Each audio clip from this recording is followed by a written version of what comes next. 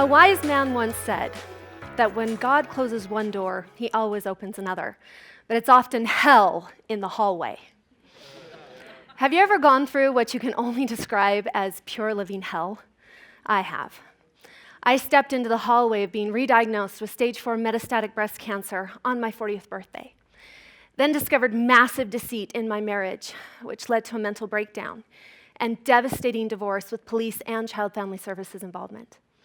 Next came preparing and selling my home, relocating my children, an intense child custody battle, and re-entering the workforce as I watched everything I had previously created crumble to the ground. Add to that extreme financial stress from mounting legal and medical bills, excessive physical and mental fatigue on top of deep-seated emotional pain, all while trying to shield my children from the chaos of what was happening, and while undergoing high-beam radiation treatments to shrink the tumors growing in the base of my skull, spine, bone, right lung, and lymph nodes. Now, with all that, it could be easy to understand why at one moment the suffering was so severe that I asked God to take me home. Because in that moment, I could not see how I would make it to that next door. Yet in other moments, I felt a preserving power and peace that lifted my heart, fueled my soul, and I believe literally sustained my life. Now, I say this not for comparison's sake, but so that you will understand that I am no stranger when it comes to opposition in life. What I just described happened after I had already undergone multiple surgeries and a year of chemotherapy when I was originally diagnosed with breast cancer at age 31, when 5 months pregnant. So, what is it that makes the human soul desire to continue down those hallways of hell and reach to the next door? What is it that drives us to achieve the seemingly impossible, that moves the passionate soul to cry out, "I have a dream," when the opposition is fierce and the barriers seem endless? Today, I address the real power and mechanics of hope that enables the human soul to chase after miracles and often achieve them. What are miracles but realized hopes and dreams that were first planted in the heart, mind, and soul of a believing individual who then took action to achieve them? Not to be confused with optimism. Hope is a separate, distinct emotion yielding different results. While hope can fuel optimism, as Barack Obama said, hope is not blind optimism.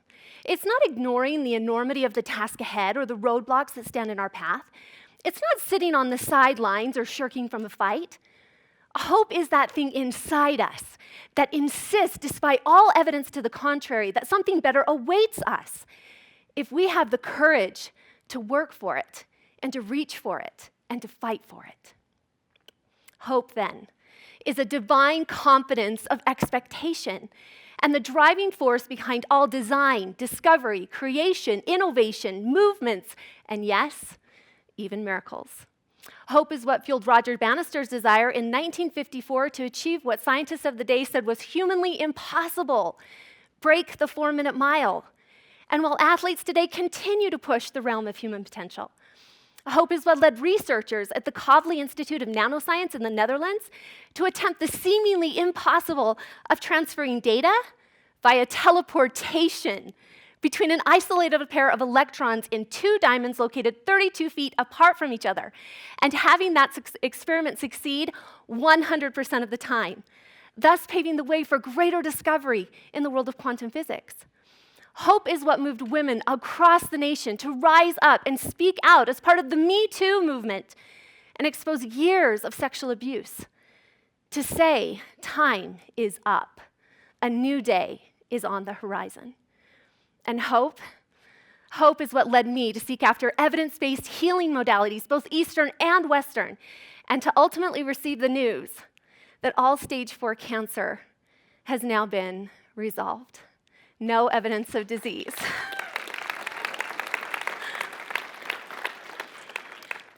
Hope did all that. Research shows that hopeful individuals make healthier lifestyle choices, recover from illness and injury more effectively, and have longer life expectancies. They're able to find greater purpose in life, are more resilient, and persevere when obstacles arise. They have less depression and anxiety, and are able to find benefit from adversity to trial. Hope to the soul is like oxygen to the body. It breathes new life and vitality into all who take it in. So how does one develop and then apply greater hope to chase after miracles in their own lives? Number one, see the possibilities. Australian physicists at the ANU Research School of Physics and Engineering have discovered that at the quantum level, reality does not exist if you are not looking at it. By opening the mind's eye to see potential possibilities, then directing dedicated focus on the desired outcome, literally keeping your eyes on the prize as you actively engage to achieve your vision, opens one to a realm of new possibilities of achievement, which I believe is sacred ground, and that is the realm of miracles. Number two, predict your future. It's not enough merely to see, because as it's been said, vision without execution is just hallucination. And as Peter Drucker put it, the best way to predict your future is to create it.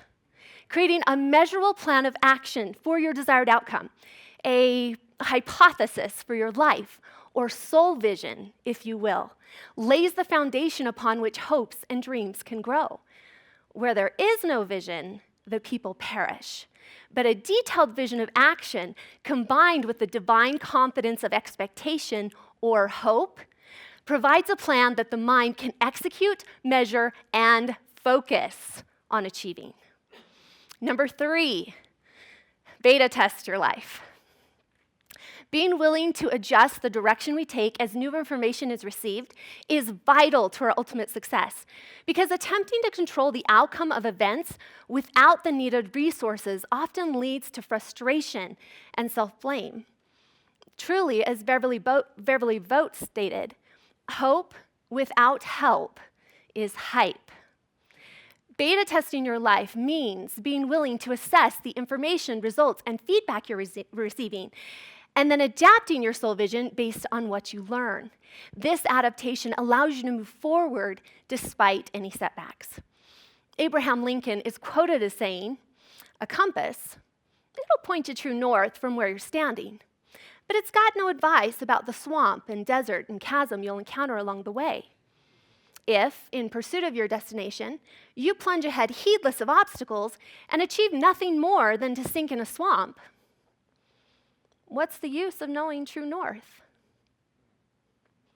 Being willing to see the possibilities, predict my future, and beta test my life has enabled me to move past the hallway of hell and through a door of greater hope and possibilities than I've ever before known. I have endured many things and hope to be able to endure all things.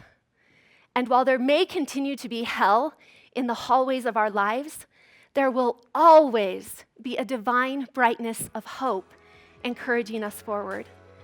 And that hope can work miracles in your life too, as you choose to embrace it. Thank you.